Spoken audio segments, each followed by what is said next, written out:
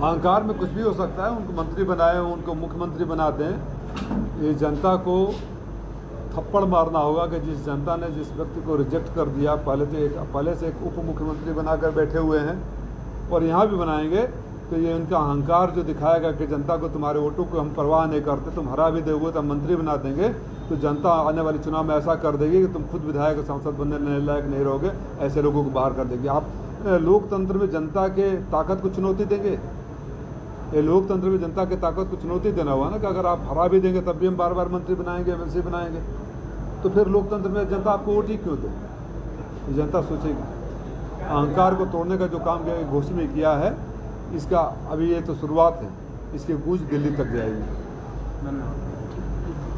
और समाज के सारे लोगों ने, मैं तो अपने समाज के लोगों को भी बधाई देना चाहता हूँ, धन्यवाद देना चाहता हूँ और वचन देना चाहता हूँ कि जब आपके ऊपर ठप्पा लग गया था कि आप भाजपा के झंडा ढोने वाले हैं और आप कहा जाता है अंग्रेजों ने आपको मार्शल कॉम में रखा है, आपने जब दिखाया कि ये ऐसे दल बदलू, मौकापरस्त और अहंकारी सरकार के खिलाफ खड़ा होना, तो आप साथ खड़ा होकर साबित किए। तो मैं भरोसा देता हूँ सर्व समाज को कि कहीं उनके साथ कोई तकलीफ होगी तो हम लोग सबसे आगे बढ़कर खड़ा रहेंगे।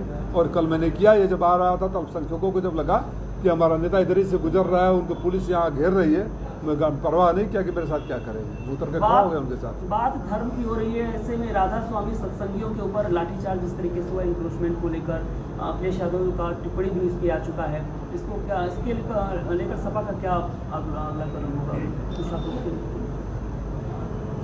राजनीति में जो धर्म का इस्तेमाल कर कर सत्ता का साधन बनाना चाहें, उससे बड़ा अधर्मी और विधर्मी कोई हो ही नहीं सकता।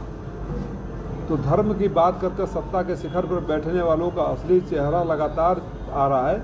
मीडिया का एक बार भले न दिखा रहा हो, विश्वनाथ मंदिर को बनाने में कितने भगवानों को कूड़ेदान में डाल दिया गया जो ऐतिहासिक और पौराणिक महत्व के थे।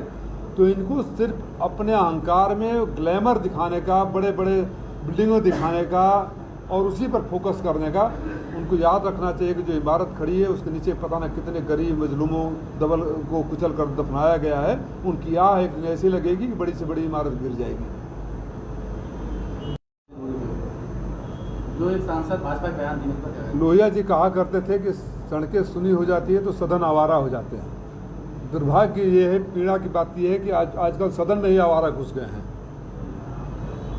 जिस तरह की भाषा निर्लजता से जनता की आवाज़ उठाने पे संजय सिंह, राघव चड्ढा सहित तमाम सांसदों को पूरे सेशन के लिए सस्पेंड कर दिया जाता है। धृतराष्ट्र के रूप में बैठे सभापति और लोकसभा अध्यक्ष को ये सोचना चाहिए कि इस तरह की भाषा के बावजूद अगर उसको चेतावनी देकर कार्रवाई किया जा रहा है तो देश की जनता देख रही है।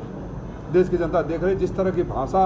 और उसी सदन में मोदी जी उद्घाटन समारोह में भाषा पर, संस्कार पर, आचरण पर प्रवचन दे रहे थे, और जबकि उनके सांसद ने इस तरह की गाली गलौज की जिससे हमें शर्म आती है कि अपने बच्चों के साथ कभी सदन की कार्रवाई देखें। मोदी जी खामोश है, गृहमंत्री जी खामोश है, लोकसभा अध्यक्ष जी चेतावनी देकर छोड़ दे रहे हैं, कोई कार्रवाई नहीं हुई। ये भाजपा का असली चरित्र उजागर किया है सदन। कुछ दीजिए और बताइए। हाँ, किस प्रकार का सम्मान था? कौन पार्टी नेतृत्व ने, राष्ट्रीय नेतृत्व ने प्रदेश की कार्यकारिणी में मऊ जिला से महेंद्र चौहान, ननकू राजभर और राणा सिंह को प्रदेश सचिव बनाकर भेजा था। इसके अलावा व्यापार संघ का एक जिलाध्यक्ष संजीव सोनी बना है। उनके स्वागत के कार्यक्रम में ये कार्यक्रम था। 24 की तैयारी को लेकर संगठनात्मक रचनाएं भी चल रही हैं।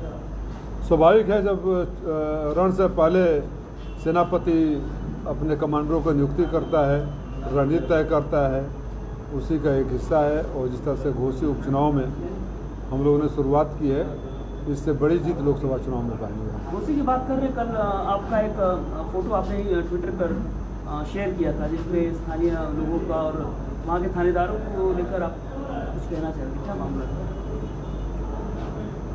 बुनकरों के साथ वैसे तो ये सरकार शुरू से सौतेला व्यवहार कर रही है, क्योंकि उनको लगता है कि ये बुनकर समाज उनके साथ वोट नहीं देगा। तो सबसे पहले तो उन्होंने जो फ्लैट रेट था 70 रुपया, उसको धोखे से 400 रुपया फिक्स प्लस वो मीटर चार्ज करके, और उसमें आधा हार्स पावर का कर दिया कि आधा हार्स पावर पर तो कोई लूम ही नहीं चलेगा। पहले से प्रताड़ित कर रहे हैं। लेकिन जब से ये घोषी उपचुनाव में इनके तमाम दमनकारी कार्यों के खिलाफ एक साथ खड़ा होकर बुनकर समाज ने समाजवादी पार्टी के प्रत्याशी को भारी मतों से विजयी बनाया है, शासन प्रशासन उनको ज़्यादा प्रताड़ित कर रहा है। और ये शासन सीधे सीधे प्रदेश सरकार के आदेश से हो रहा है। कल जब मैं आ रहा था मधुबन से स्वर्गीय राजकुमार राय जी की पुण्यतिथि से, तो घोसी मधुबन मोड़ पर जाम लगा था। मुझे लोगों ने बताया कि यहाँ जुलूस निकला था और उसको रोका गया, और जो उन्होंने हर साल बरावफात के लिए वो झंडी उंडी लगाते हैं, सबको थानेदार ने उतार दिया।